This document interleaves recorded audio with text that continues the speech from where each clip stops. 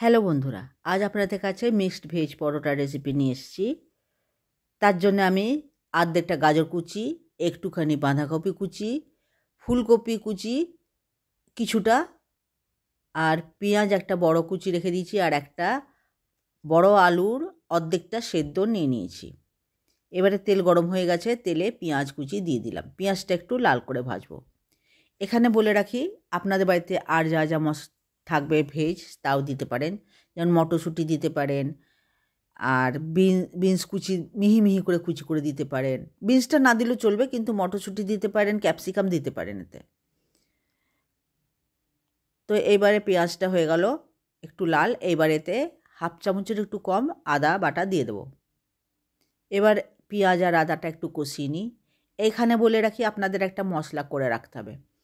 1 চামচ মৌরি, 1 চামচ জিরে, আর 1 চামচ গোটা ধনে নিয়ে শুকনো খোলায় ভেজে নেবেন। যখন সেন্ট উঠবে সেটা নামিয়ে নিয়ে গুঁড়ো করে রাখবেন। এই মশলাটা এতে দিতে হবে, সবটা দিতে হবে না, এইটা তুলে রেখে দেবেন। 1 চামচ মতন এতে লাগবে। এবার আমি সবজিগুলো দিয়ে দিলাম। পেঁয়াজটা লাল হয়ে গেছিলো, এবার সবজিগুলো দিয়ে দিলাম। এবার দেবো পরিমাণের থেকে কম, খুবই কম করে একটু নুন। এবারে এটা একটু মিক্সড করব, একটু ভাজবো।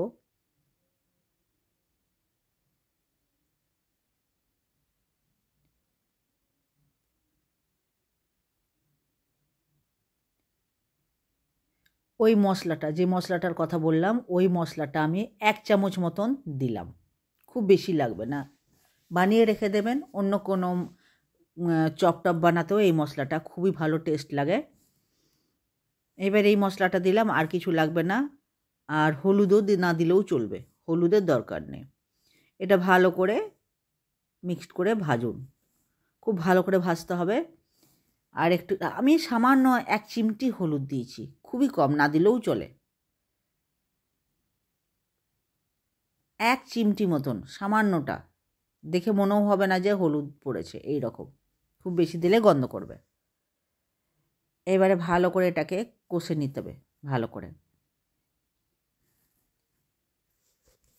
জল দিয়ে সেদ্ধ করার দরকার নেই, শুধু ভাজলেই হলো। এইবারে ভাজা প্রায় হয়ে গেছে। এবারে ওই সেদ্ধ আলুর অর্ধেকটা এতে দিয়ে দিলাম। আপনারা একটাও দিতে চান তো দিতে পারেন। আমি একটা সেদ্ধ আলুর অর্ধেকটা দিলাম, হাতে করে ভেঙে ভেঙে এতে দিয়ে দিলাম।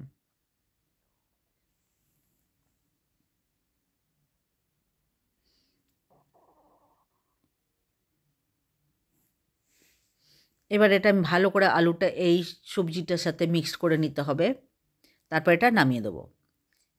এইবারে আমি ময়দা নেব, আটা দিয়েও করতে পারেন, আমি ময়দা দিয়ে করছি। আমি আমার পরিমাণ মতন ময়দা নিচ্ছি, আপনি আপনার বাড়ির পরিমাণ মতন ময়দা নেবেন। পরিমাণ মতন ময়দা নিয়ে নিলাম।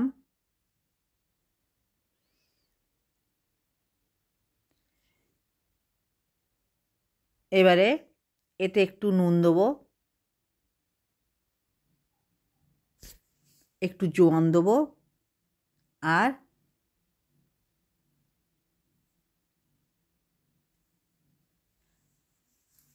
ময়দাটা একটু দিলাম, কেন কম মনে হচ্ছিল। এবারে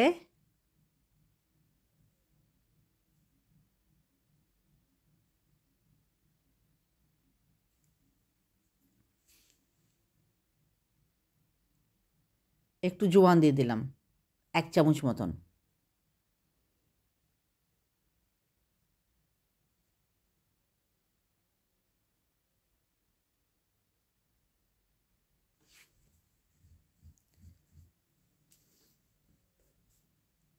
নুন দিলাম পরিমাণ থেকে একটু কম, কারণ তরকারিতেও নুন পড়েছে।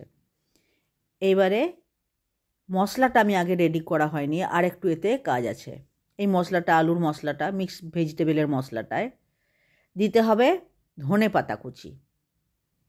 পরিমাণ মতন দেবেন। একটু ধনে পাতা কুচি ধুয়ে আমি দিয়ে দিলাম।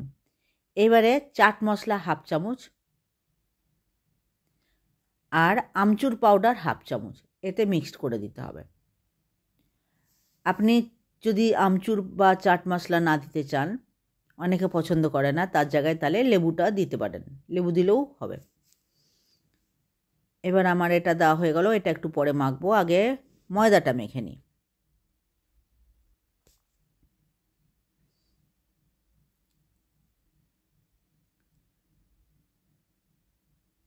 এবারে ময়ামের জন্য যতটা তেল লাগবে দিয়ে দিলাম, 3 চামচ মতন তেল দিলাম। এবার এটাকে ভালো করে মাখবো, ময়দাটা মিক্সড করে নেবো ময়ামের সাথে, তারপর জল দিয়ে মাখবো। ময়দাটা একটু মানে মাঝারি করে মাখবেন, খুব নরমও করবেন না, খুব শক্তও করবেন না।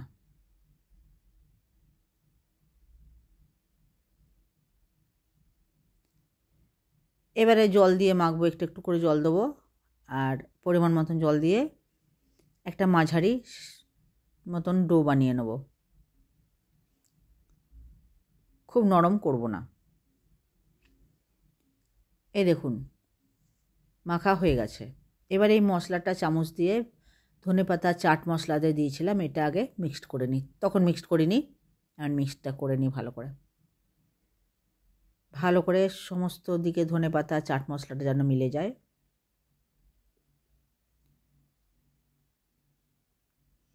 মাখা হয়ে গেল। এবারে লেচি কেটে নেব।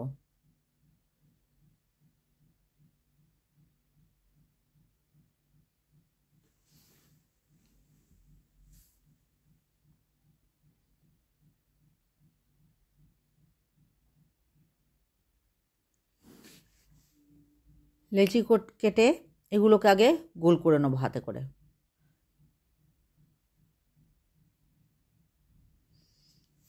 তারপর লেচিগুলোর নিয়ে আমি একটা বাটির মতন করে মধ্যেখানে ওই মিক্সচার মশলাটা দেবো, সবজিওয়ালা মিক্সচার মশলাটা দেবো। এটাতে আমি বেলা দেখাইনি, বেলাটার কোনো ব্যাপারই না। বেলনা চাকিতে ময়দা মাখিয়ে রাখবেন, আগে হাতে দিয়ে যতটা টিপে টিপে বড় করতে পারবেন করবেন, যতটা পারা যায় হাতে দিয়ে টিপে টিপে করার পর।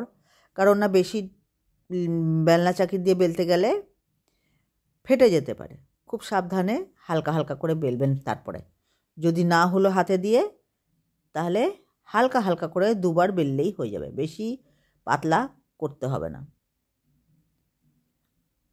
কারণ বেলনাটা সবাই জানে, সেই জন্য আমি বেলাটা দেখাইনি। একে একে ওইভাবে বেলে নেবেন, আগে হাতে করে টিপে টিপে নেবেন। দেখুন আমি কেমন করে মিক্সচারটা ঢুকাচ্ছি। প্রথমে বাটির মতন একটু টিপে টিপে করে নিচ্ছি, মধ্যেখানে মশলাটা দেবো, পরিমাণ মতন দিয়ে দেবো। তারপরে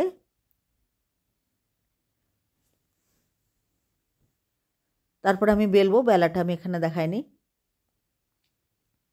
আগে হাতে ধরে টিপে টিপে বড় একটা রুটি টাইপের করে নিতে হবে।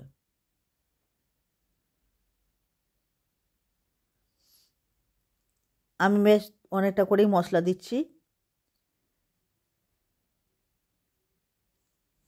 এইভাবে সব একে একে করে নেব, তারপর রুটিটা বেলবো।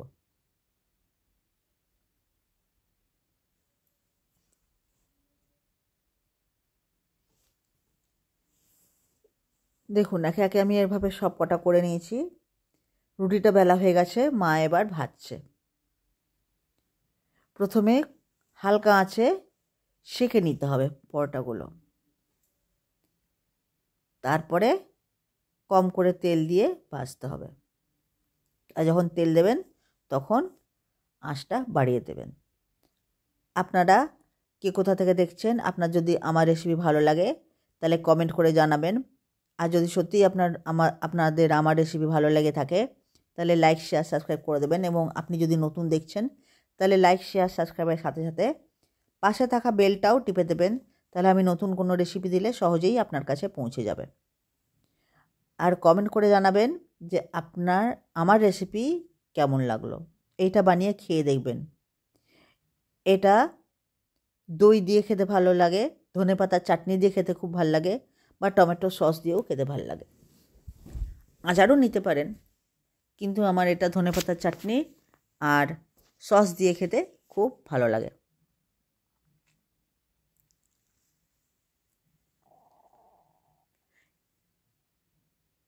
আর একটু তেল লাগলো, মা একটু তেল দিল হালকা।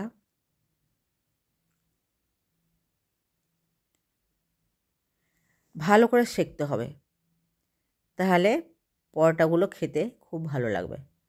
এইটা যেহেতু ভিতরে মশলা দিয়ে করেছি, সাইড দিয়ে বেলতে গেলে বেরিয়ে যায়। এভাবে একে একে সব কটা পরোটাই ভেজে নিতে হবে। এই দেখুন, মা সব কটাই করে নিচ্ছে। তবে আপনারাও করে খেয়ে দেখবেন। ভিডিও দেখার জন্য আপনাদের অনেক অনেক ধন্যবাদ।